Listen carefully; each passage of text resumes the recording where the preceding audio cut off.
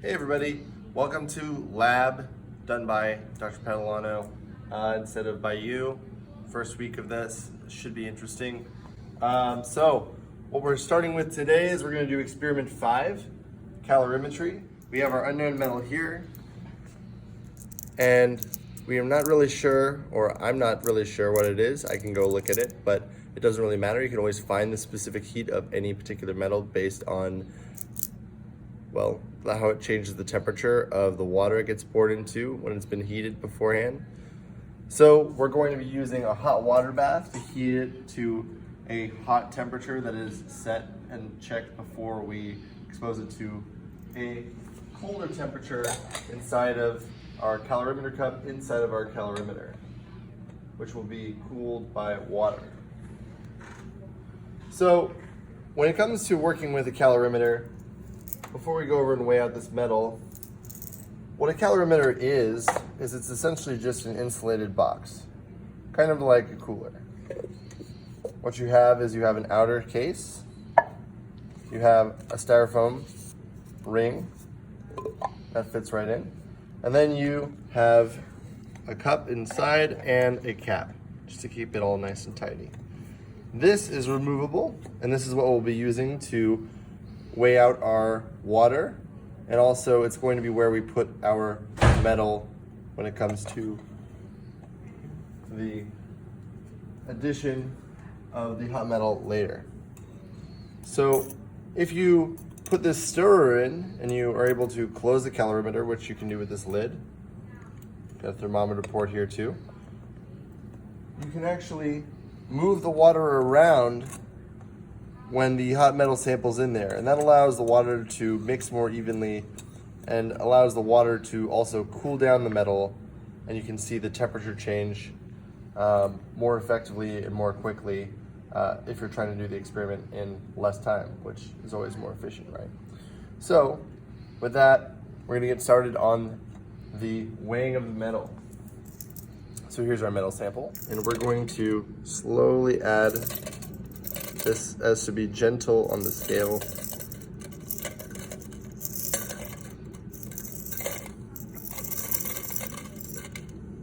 And we have a total amount of metal of 38.494. If you're at home, for your own data, make sure you record this. This is the mass of the metal that we will be working with. Awesome. So as you can see, there's a little bit more data that we have to add. And we need the mass of the calorimetry cup, we need the mass of the DI water and the cup, and that'll give us the mass of the DI water. We also will need the initial water temperature right before the experiment begins, the final water temperature after the experiment's over, which will also be the same as the final temperature of the metal. The initial temperature of the metal is going to be really close to whatever the temperature of this hot water is, where we're going to let that metal sit. I'm going to get that metal in the test tube and get it sitting there in a second. And the change in temperature of the water and the change in temperature of the metal are going to be different, and they're going to depend on, let's say, how cool the water is to start and where that ends up, and where the metal starts and how cool it gets after it gets exposed to the water, depending on its heat capacity. So I'm just going to use a weigh boat, tilt it in. And thankfully it's a really heavy test tube with that metal inside of it. So you're gonna be able to go directly into the water, and just let it sit here at nearly boiling water. The water's not quite boiling yet though, so I'm definitely going to turn up the heat a little bit and get it to an actual boil. You wanna see it boil because water boils at a very consistent temperature at the particular pressure that we're sitting at in this room, right? Boiling point is, or the boiling point of a liquid that is when the vapor pressure is equal to the atmospheric pressure. And so the temperature of this liquid won't increase anymore once it reaches a boiling point, giving us a really consistent temperature. Now, what we have to do next is we have to weigh out everything that we're gonna put into this cup. So this cup is going to be pretty light. You don't wanna weigh the entire apparatus because there's also just a lot of cumbersome volume, but This is a lot lighter, and it's actually, I believe, made out of aluminum. You're supposed to put about 40 milliliters of water into this cup, which comes out to about 40 grams. I'm going to estimate about 40 grams worth of water,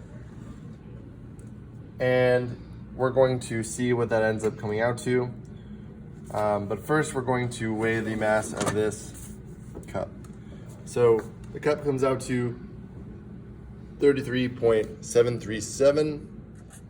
Depending on how meticulous you are, you probably only have to record this one time. But you could potentially, once you re-dry this after each trial, do this a total of 3 times.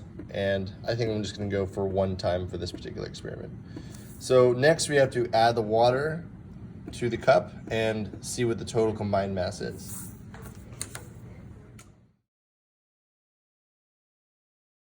And we're going to slowly add this as to be gentle on the scale.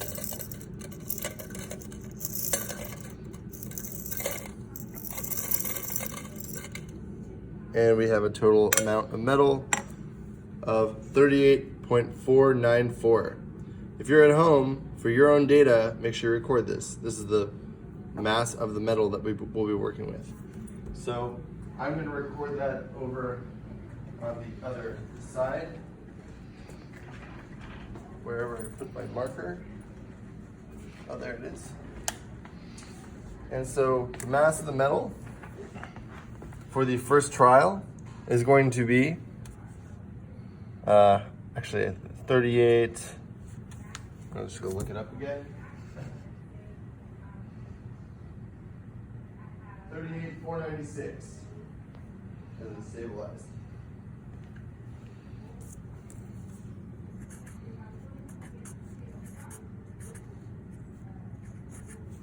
Awesome. So as you can see, there's a little bit more data that we have to add, and we need the mass of the calorimetry cup, we need the mass of the DI water and the cup, and that'll give us the mass of the DI water. We also will need the initial water temperature right before the experiment begins, the final water temperature after the experiment's over, which will also be the same as the final temperature of the metal. The initial temperature of the metal is going to be really close to whatever the temperature of this hot water is, where we're going to let that metal sit. I'm going to get that metal in the test tube and get it sitting there in a second. And the change in temperature of the water and the change in temperature of the metal are going to be different, and they're going to depend on, let's say, how cool the water is to start, and where that ends up, and where the metal starts, and how cool it gets after it gets exposed to the water, depending on its heat capacity.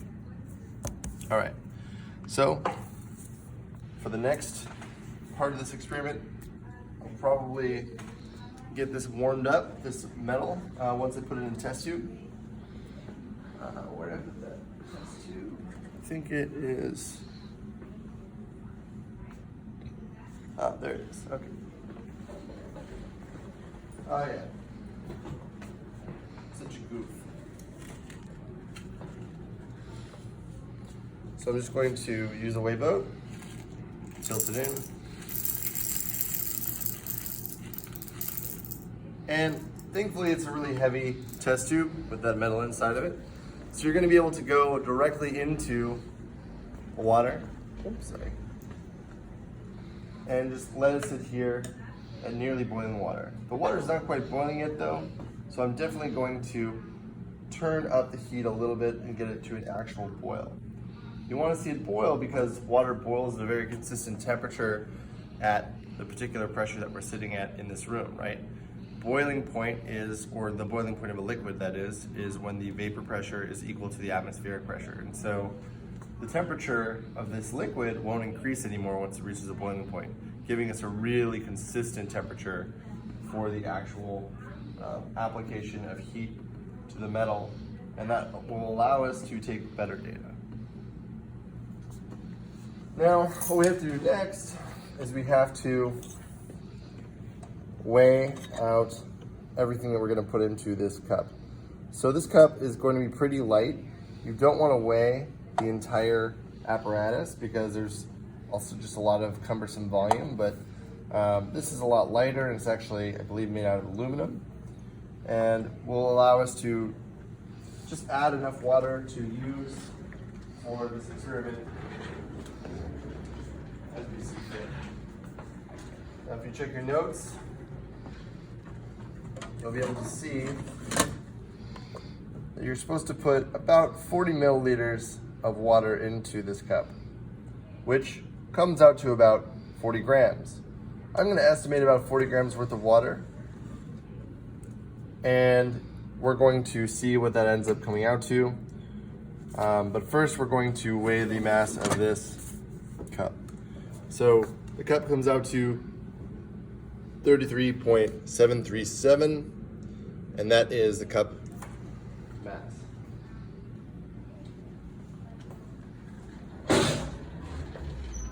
So, really bad at remembering these things. So 33.737, okay.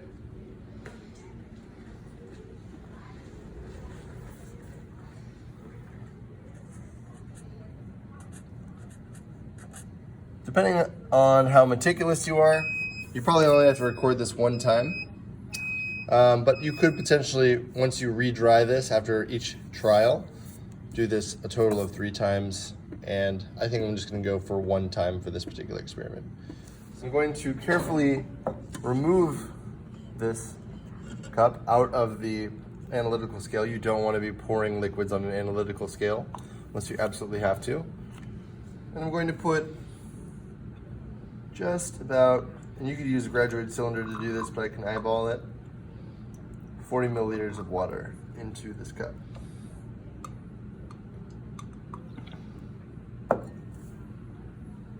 And so that looks like about that much.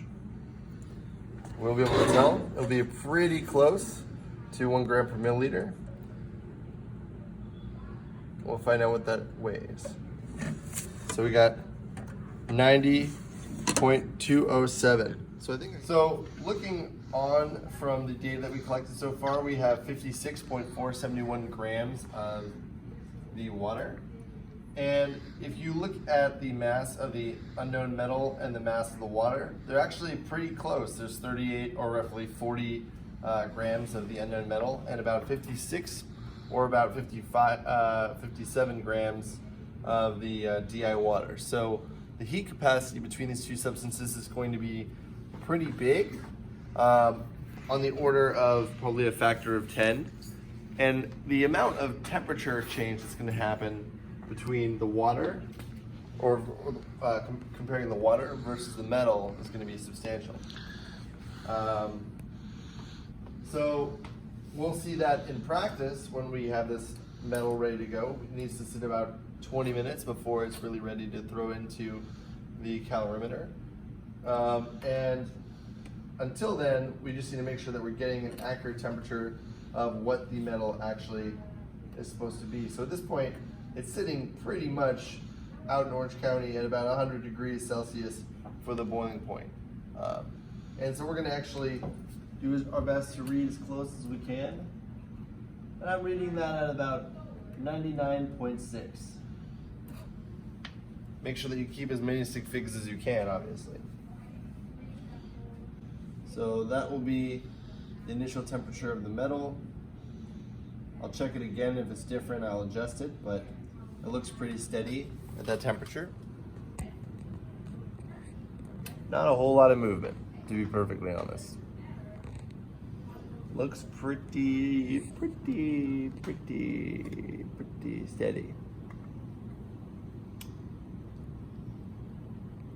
So I would say that we're sitting at about 21 degrees exactly.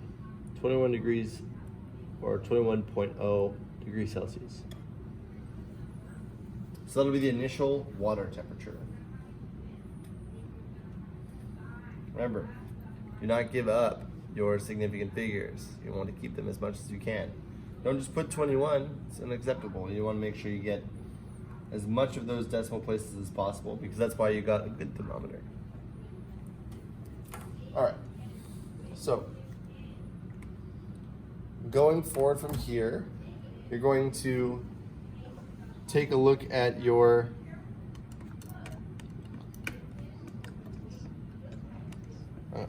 So yeah, so you're gonna take a look at your metal, and you're going to make sure that you let it sit for the full period of time, because you want to make sure that this metal, even though it may seem to be taking heat on from this hot water evenly, you want to make sure that it gets plenty of time to get all of that heat evenly distributed throughout it. And so we're going to give it the full amount of time that is recommended, which is 20 minutes.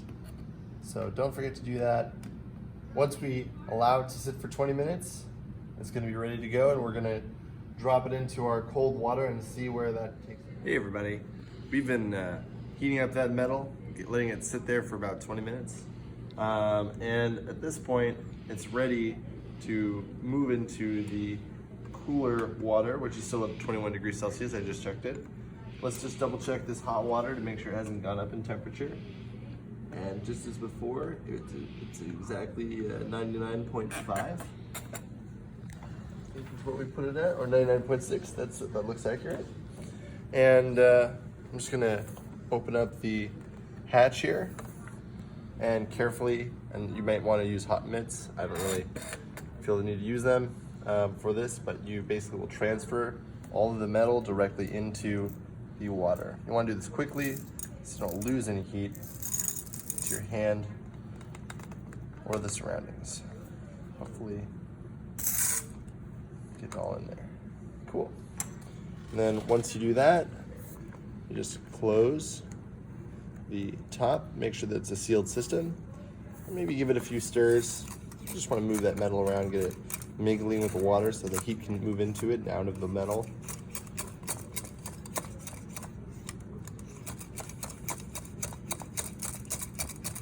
And mostly, you're just looking for spending a little bit of time letting that water acclimate and take on that heat.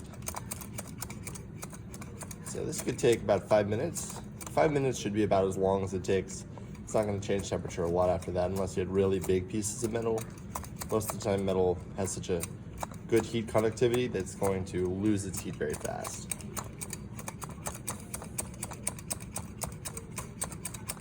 The temperature is going to immediately start to go up a little bit if you want to double check it. So currently, you want to try to not put too much pressure on the stem.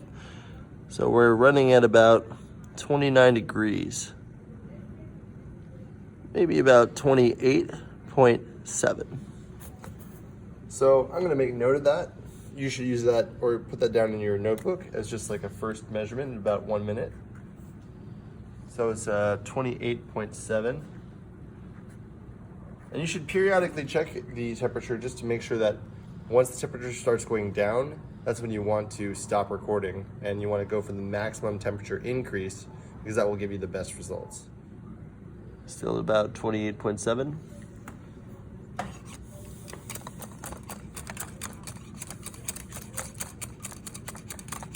It's good to check in on it usually once a minute. Styrofoam is actually a pretty good insulator, so you don't have to worry too much.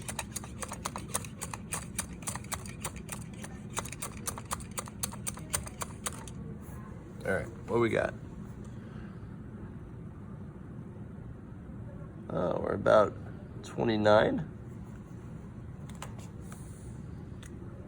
So I'm just gonna put 1 minute, 28.7, 2 minutes, 29.0. If it goes much higher than that, which I don't think it will, you should make sure that you record every single change to the maximum temperature increase. And once you start losing heat to the surroundings, it's going to start going down. So the maximum is the one that you want to select for your final temperature. So we're looking at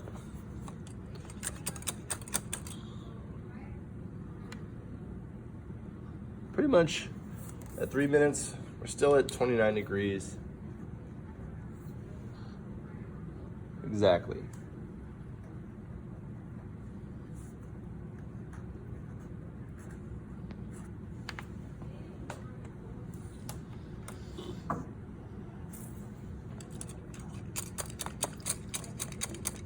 I think I'm going to call it pretty much this point just because it seems like the temperature's not increasing.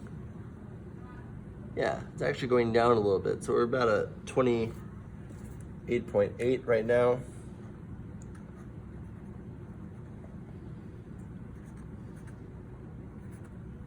So we're gonna call 29 good to go. So at this point, we will carefully remove the lid. You don't want to hurt this thermometer. It's a nice thermometer, good thermometer. And you're going to take the cup, which has the metal in it. It's a little warm now. Remove the stirring rod, and you're going to get rid of as much of this water as possible. And you're also gonna dry off all that metal shot. 29 degrees was the maximum temperature, and that's gonna be your ideal final temperature. And so we're gonna record it over here as the final temperature of the water, which is gonna be 29.0 degrees Celsius. And also the final temperature of the metal, 29.0 degrees Celsius. Obviously you should be writing this in your lab notebook, but I have this out here so it's nice and big so you can see what I'm writing. So what I'm gonna do next is remove all this water and try not to remove any of the metal shot. You can decant this pretty even-handedly because there's not really anything dangerous here. It's pretty easy to drain. And so once you get rid of most of the water, I recommend that you just take a paper towel.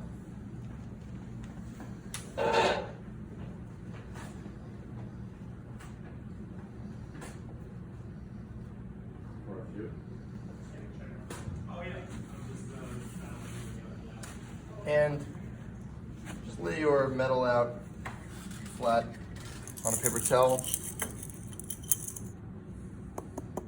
Make sure you don't leave any metal behind. And pat it dry. Let it sit for a couple minutes. You also want to make sure that you dry out your cup, although we already have the mass for it. And unless you are worried that you're going to lose, let's say, any mass from the metal or any mass from the cup, you can probably use the initial amount of the mass of the calorimeter cup and the mass of the unknown metal from the beginning. Just make sure you don't lose any metal. If you think that you lost some, make sure you reweigh it. Right? Nice and dry. Since we have the mass of the calorimeter cup already calculated and measured and weighed, we're going to just go by the new amount of water that we're going to use. So this is the only box that we'll be filling in that case. So let's see. See if I can do better this time.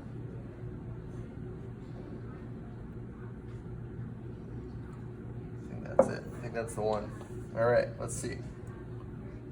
So we have 82.282 grams of the cup and the water combined. So in order to make sure that we keep each individual trial as individual as possible, it's also important that we take each trial and weigh the temperature individually as well. So if you place this thermometer well before, you shouldn't have any trouble replacing it and having it right where you need it. Just sitting in that water. We're gonna see what that new temperature acclimates to. So if you read this, you're gonna see, especially if you rotate it a little bit, that you're still sitting at about 21 degrees. You should not assume, and this is what I was meaning by what's different between each experiment, that the temperatures are going to stay exactly steady to what they were before. You should instead record them individually. You could say that this one is pretty much exactly what it was before. So I'm going to call that 21.0. But don't get lazy. Make sure you record each individual heat, temperature, mass, etc. as necessary. So 37.842 is what we have now. That's the mass we should actually use.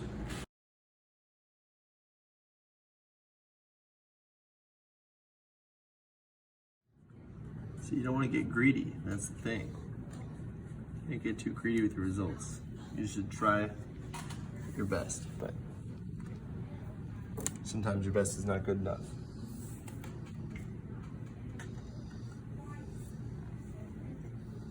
All right, so we're going to transfer this metal back into the tube. And okay, tube is dry.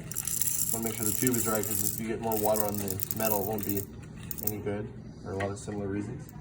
And transfer that back into the hot water bath, which is still heating up because we add a little bit of cold water to it. So you have to start the clock for 20 minutes and let that stuff heat up. Make sure it gets to the appropriate temperature for the experiment. Welcome back. Time to take some of that metal shot and throw it into the water, which I've been allowing to acclimate at room temperature for about 20 minutes while this is going. So I added a little bit more water to it, but the temperature is back up to almost exactly 100 degrees Celsius. Let me just check that for sure. Yeah, it looks like a 99.8.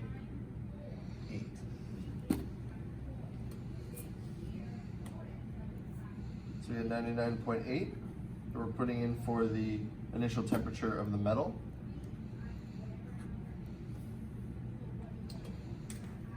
So when you want to begin this experiment, remember you always need to make sure that you check the temperature every single time before you begin, because as soon as you start moving, it's impossible to stop and recheck everything.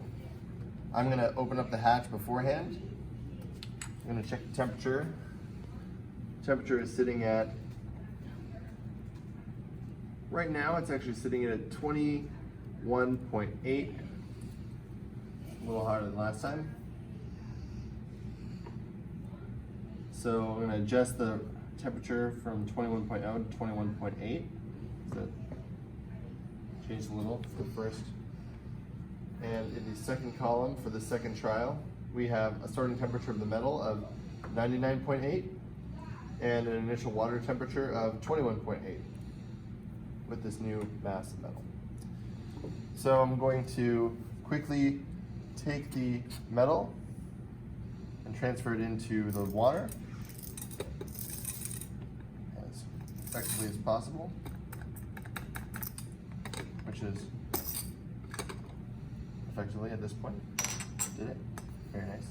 And I'm going to begin stirring again as before. Again, you want to make sure that you look and see what the temperature is when it changes. So if we get up to over 30 degrees, which we may well because we had a little bit of water contamination that we found last time, we want to keep recording it anyway. So you want to have the best data you can and record everything that you possibly can. Cool. Right now, about a minute in, we're sitting at 30.2.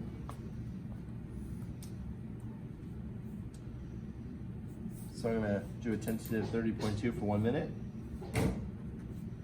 for trial 2.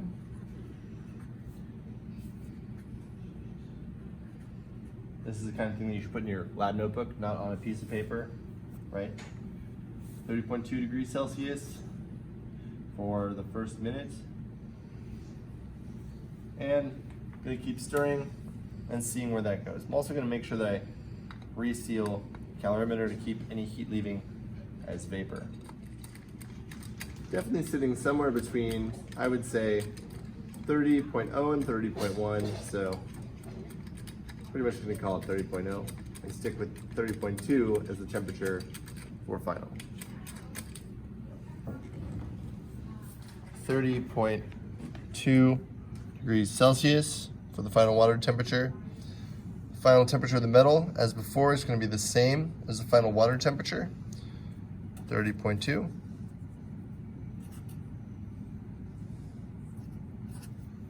And that's going to be the way that we're going to do our calculations for the delta T of the metal, delta T of the water. We still have one more trial to go, and I'll get that going. I'm probably going to speed that one up for you, but we will go through the same steps as before. Remember, you want to make sure that you weigh everything and take the temperatures every single time individually, because if you don't, it won't really be as accurate as it could be. All right, so we've been letting this metal steep for about, 20 minutes, and it's sitting at about 99.5, maybe even 99.3. And so first we're going to record that as the initial metal temperature. So 99.3 degrees Celsius. And we're also going to go over to the initial water temperature for the calorimeter. And we're going to take a look at what we got. So we are at about 21.9. So 21.9, a little closer to the other one from before. And what we're gonna do, as before, is just remove the lid, take the metal shot, and put it into the water as quickly and efficiently as possible. It's perfect size. Yeah. And begin stirring. So remember, when you start stirring, you want to make sure that you're paying attention to any kind of temperature change, because it's going to happen pretty fast, but you're going to want to have to see how it goes over the long run. So let it mix around for about a minute. All right, first recording, about 30.2 degrees. Back down to about 29.7 degrees Celsius. This results at this point to expect. We're sitting at about 29.4. So it's mostly just going down at this point. And we'll call it at 30.2. So from here, our final temperature is going to be 30.2 for the metal and 30.2